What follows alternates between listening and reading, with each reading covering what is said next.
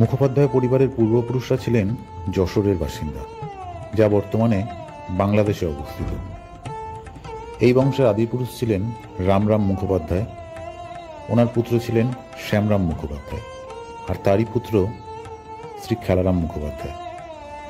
আগের পর্বটি যারা দেখেছেন তারা অলরেডি ওনার সম্পর্কে অবগত। ব্রিটিশ শাসনকালে 24 পরগনার ম্যাজিস্ট্রেট হিঙ্কল সাহেবের কাজের তদারকি করতেন এই খেলারাম মুখোপাধ্যায়।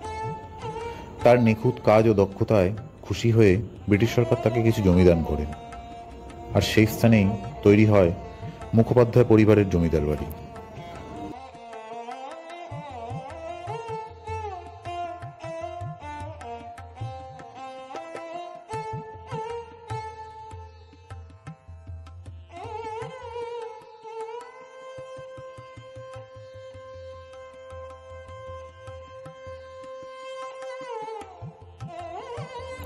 বর্তমানে সেই বাড়িটি আজ আর নেই। এখন যে বাড়িটি দেখছেন সেটি 1914 সালে অতিথিশালা হিসাবে ব্যবহৃত হতো।